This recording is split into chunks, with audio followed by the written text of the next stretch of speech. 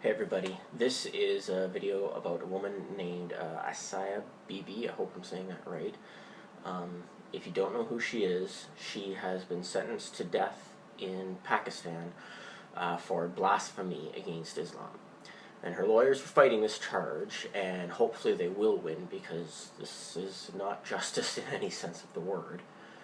But it brings up the question of how anyone can believe that death is a fitting punishment for blasphemy.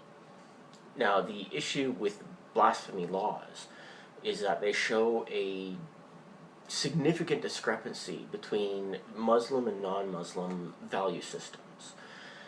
In the non-Muslim world, the most valued, most precious, highest ideal that we have in all of existence really is life itself. You could scream and yell and complain about anything you want, really. It doesn't really matter. But threatening somebody's life, that's crossing a line.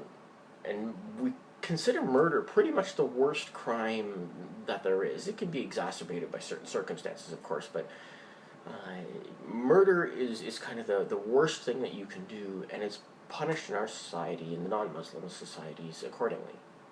But in the Muslim world, this highest ideal has been replaced by devotion to a god. In other words, the most precious thing in existence is faith. It's one's religious commitment. And once you're in that mindset and have reduced the value of life to being less than that of a belief, you are in a position where it almost makes sense that you can kill somebody for blasphemy. The reason this becomes logical is simply that the person committing blasphemy is going against the most basic, most fundamental belief in the society, and thus that society reacts accordingly. For Western societies or non-Muslim societies, this is analogous to someone threatening another person's life, and as punishment they're not allowed to attend religious services or display any of their religious commitments openly. Now, keep in mind that in a society where religious devotion is held as the highest ideal, life is reduced. So it means less to take somebody's life than it does to take their access to religion. The question I'm getting at here isn't really so much who's right, but where does this discrepancy come from? How does this arise? Why should religious devotion be considered the most important ideal? But this is a belief that's built into religions. Every monotheistic god demands to be worshipped and threatens grievous punishment on those who don't. Life becomes secondary, at best, because it's placed there by God. God gives life and will take it away in a heartbeat, but devotion is demanded constantly, and the reward for proper devotion is continued and prosperous life. Now, other religions have rejected this idea. We don't put emphasis on the Bible's claims that faith is more important than life, and thus blasphemy in our society is not considered a crime. It's offensive to some people, sure, but it's not criminal. In other words, our morality, innate morality, has diverted from the Bible and has dictated that life is more valuable, more important than devotion. We've made up our own minds about what's important, instead of letting this ancient superstition dictate it to us. Our society could change, though. Many people want religion to be a more prevalent part of our lives, and a protected part of our lives as well, and that is a dangerous idea.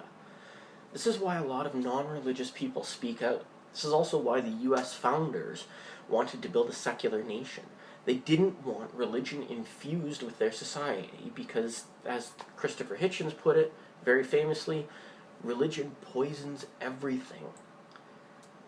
But to change that, to allow religion into the core of our societies, is to start to accept this idea that religious devotion is worthy of being held in very high regard simply because of itself.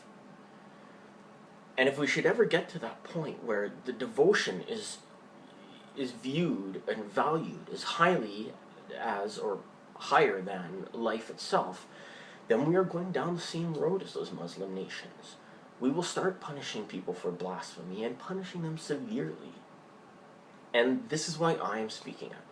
Religion is a part of our society, and it will be for a long time to come. That's fine.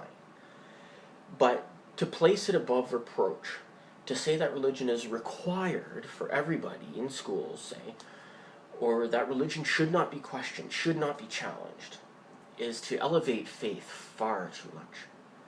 It's the first step backwards into a society where memorizing one book is considered worthy of great respect, while memorizing another is considered rightly punishable with death.